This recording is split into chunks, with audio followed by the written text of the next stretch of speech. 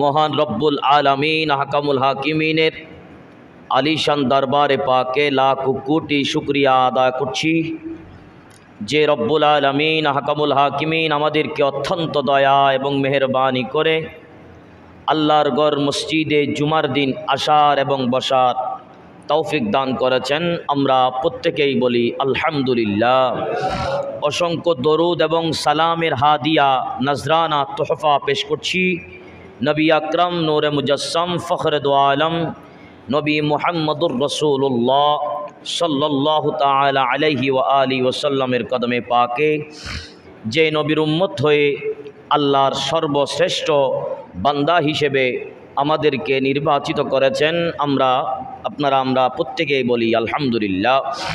সম্মানিত উপস্থিতি, আজকের জুমাটা হলো পবিত্র রবিউল সানি মাসের যে আজকে এই তৃতীয় জুমা, চতুর্থ জুমা ইনশাআল্লাহ।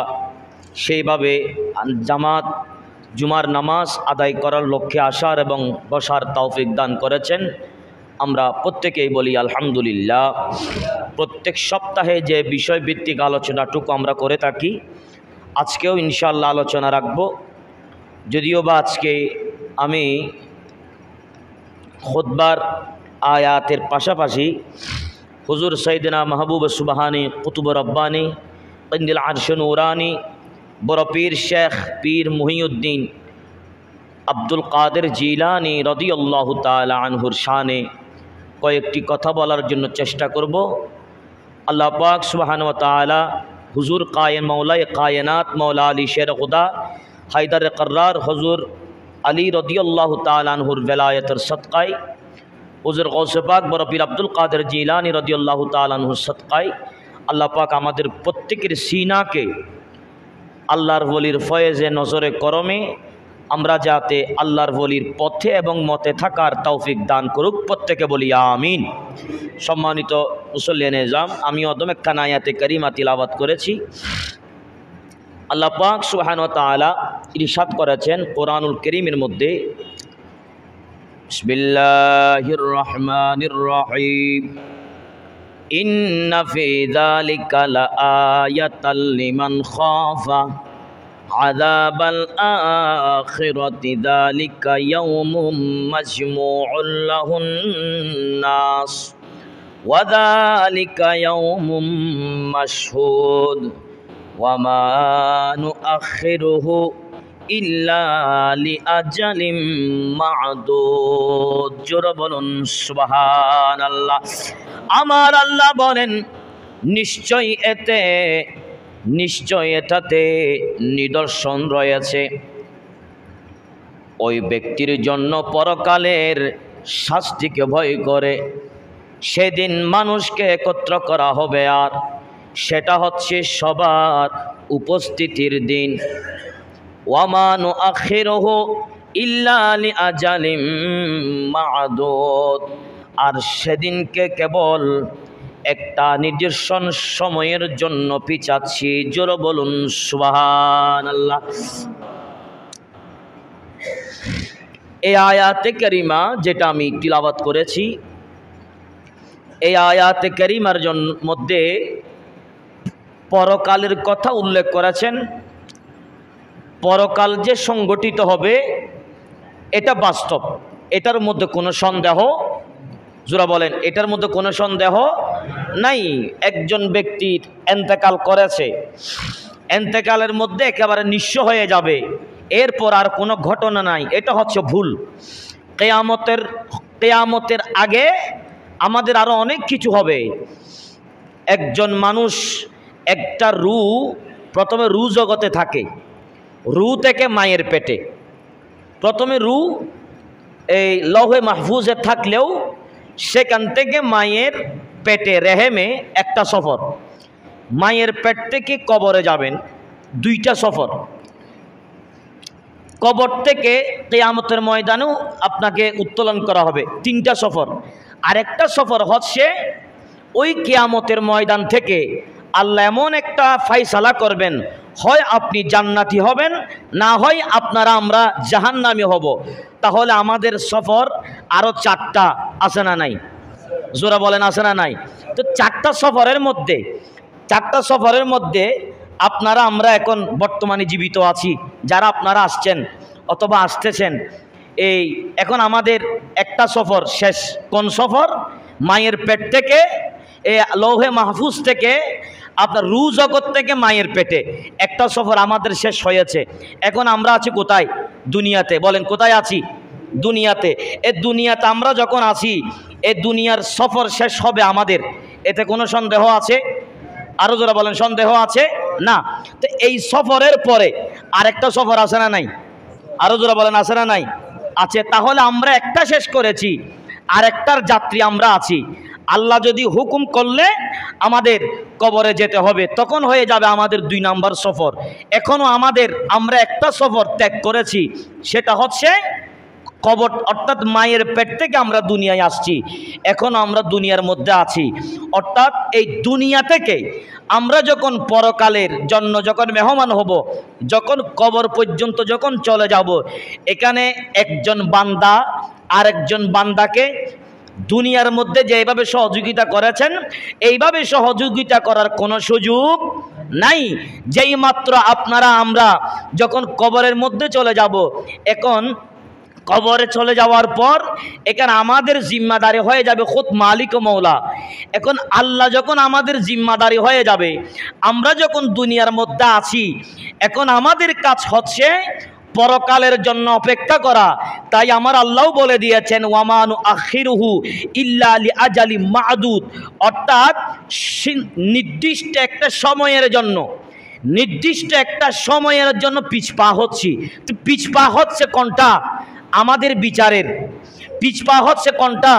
আল্লাহর কাঠগড়ায় যখন আল্লাহর কুদরতি ভাবে যখন আমাদের বিচার করা হবে, ওই যে একটা বিচারের একটা জায়গা আছে, যেটা আমাদের দেশের মধ্যে যেটা বলেন আপনারা সংসদ ভবন, আল্লাহরও একটা সংসদ ভবন আছে, যেখানে আমাদের সমস্ত আমল আল্লাহর কাছে প্রকাশ করা হবে। তখনও একটা সময় আছে, সেটারও সফর হচ্ছে 3 নাম্বার সফর। ওই 3 নাম্বার সফরও আমাদের নসিবের মধ্যে থাকবে। কখন? যে ওয়ামানু আখিরুহু ইল্লা লিআজালিম মাদুদাত, অর্থাৎ নির্দিষ্ট একটা সময় যখন আসবে, তখন আমাদের বিচার খুদ মালিক ও মাওলা করবেন। সুবহানাল্লাহ বলে, এটা আল্লাহ করবেন, এতে কোনো সন্দেহ, আর জোরে বলেন এতে কোনো সন্দেহ নাই। এটা আমি সামান্যটুকু আয়াতে কারিমার অর্থ বললাম, সামান্য একটু আমি তাফসীর করছি। বোঝা যায় কিয়ামত আসার আগে, কিয়ামত হওয়ার আগে আল্লাহর যে আমাদের বিচার করবেন, পরকালের শাস্তির জন্য, শাস্তি সম্পর্কে ভয় রাখেন, তারাই হচ্ছেন পরিবর্তনশীল, তারাই হচ্ছে ঈমানদার। একটু জোরে বলি সুবহানাল্লাহ। এখানে বলেছেন লিমান খাফা আযাবুল আখিরা, লিমান খাফা আযাবাল আখিরা, অর্থাৎ আখিরা বলতে বুঝিয়েছেন আখিরাতকে, আযাব মানি আল্লাহর আযাব।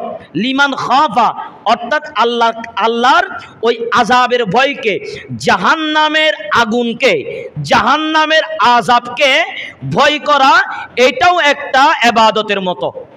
সুবহানাল্লাহ বলেন। ভয় তো আমাদের মধ্যে থাকে।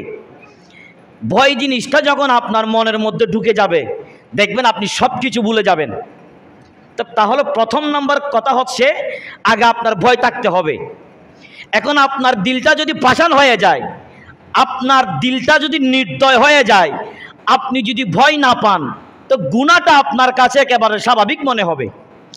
আপনি যখন মাওলাকে ভয় করবেন, আপনি যখন আল্লাহকে ভয় করবেন, আপনি আল্লাহকে ভয় করা মানে জাহান্নামের আগুন সম্পর্কে আপনি জানেন।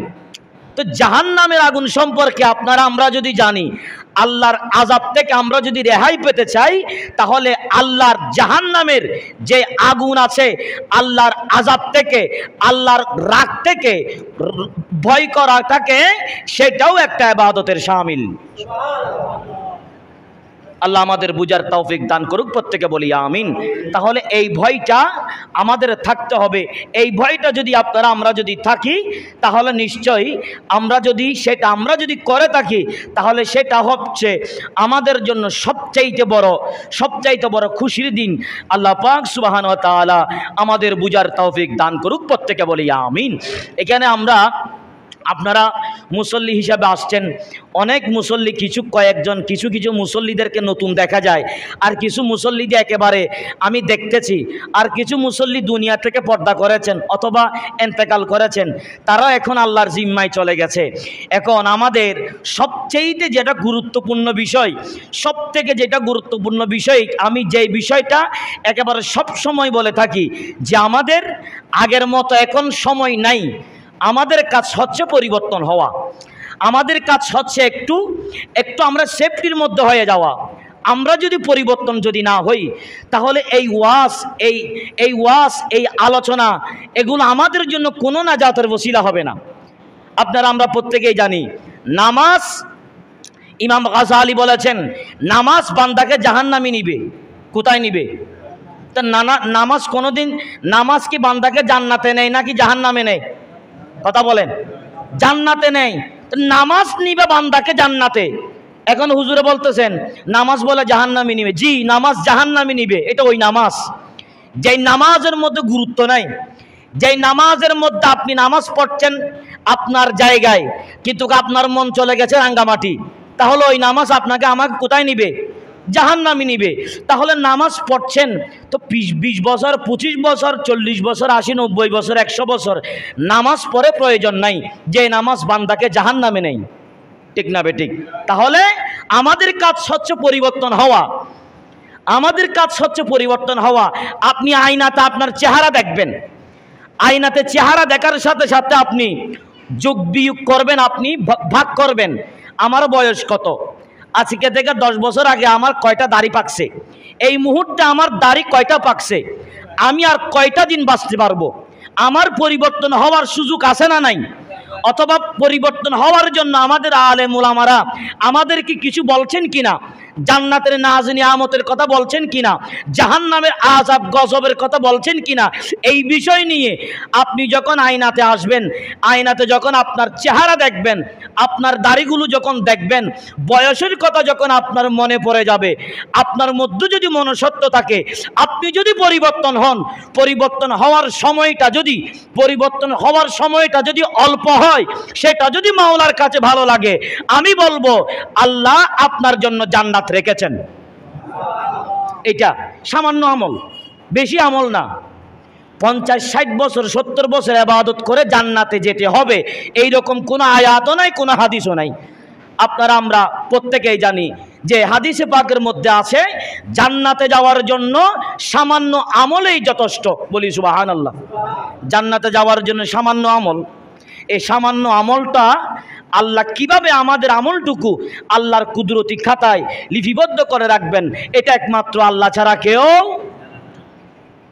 তারা আমাদের কাজ হচ্ছে শুধু একটা, যাতে আমরা পরিবর্তন হতে পারি, যেন আমরা পরিবর্তন হতে পারি, এটা যাতে আমাদের জন্য আরেকটা নেজাতের ওসিলা হয়, তৌফিক দান করুক। প্রত্যেকে বলি আমিন। হুজুর সালাতুনিয়া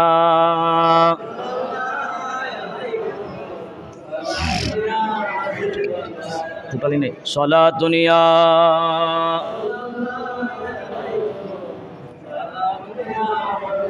বাল্লা আলাইকুম, সকল বলি মারহাবা।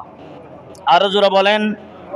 তাহলে আল্লাহর বিচারে কাঠগড়ায় আমরা যখন দাঁড়াবো, তাহলে আল্লাহর যেটা ফাইসালা আছে, আল্লাহর কুদরতি আমাদের যেভাবে হিসাব নেবেন, ওই হিসাবের মধ্যে আমাদের যাতে পরিবর্তন হতে পারি, ওই সময়টা যেন আমাদের জন্য বিশাল একটি সময় হিসেবে যাতে আমরা পরিবর্তনশীল হয়ে জান্নাতে যাওয়ার জন্য আমরা যাতে সেভাবে যেন নিজেকে গড়ে তুলতে পারি। প্রত্যেকে বলি আমিন।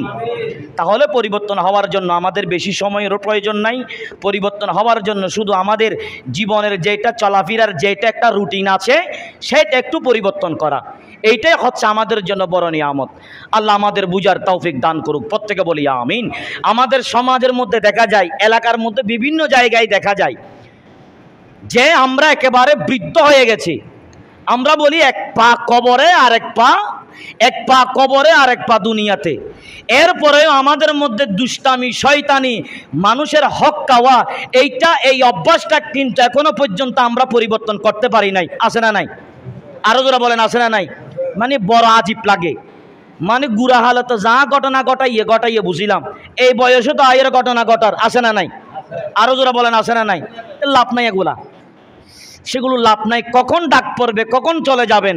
তাই আল্লাহর আমাদের সমস্ত আলেম ওলামার আলোচনার মূল কথা হচ্ছে একটু পরিবর্তন হওয়া। বিভিন্ন জায়গায় মসজিদে আপনার বিভিন্ন এলাকায় মাহফিল হচ্ছে, ওয়াজ মাহফিল হচ্ছে, আলোচনা হচ্ছে, কেন? আলেমরাও চাই পরিবর্তন করতে, একজন বক্তাও চাই পরিবর্তন করতে, একজন স্কলার চাই যাতে জান্নাতে নিয়ে যায়। কোনো ব্যক্তি আলেমরা ওয়াজ করছে জাহান্নামে যাওয়ার জন্য? কথা বলেন। আপনারা কোনোদিন আলেম ওলামাকে টাকা দিবেন জাহান্নামে যাওয়ার জন্য? না, কোনোদিন দিবেন না। তাইলে আপনারা বুঝেন, তো বুঝার পরে সেটা আমাদের মতো পরিবর্তন নাই। তাহলে হেদায়ত হওয়ার জন্য পরিবর্তন হওয়া, হেদায়ত যদি আপনি যদি হেদায়ত প্রাপ্ত যদি না হন, পরিবর্তন যদি না হন, আমি বলবো আপনার কলব নাই, আপনার কলবটা মরে গেছে, ঠিক না বেঠিক? তাহলে আমাদের কলবটা জিন্দা করার সুযোগ এখনো আছে, তওবা করেন। আল্লাহ পাক সুবহানাহু ওয়া তাআলা আমাদের বুঝার তৌফিক দান করুক, প্রত্যেকে বলি আমিন।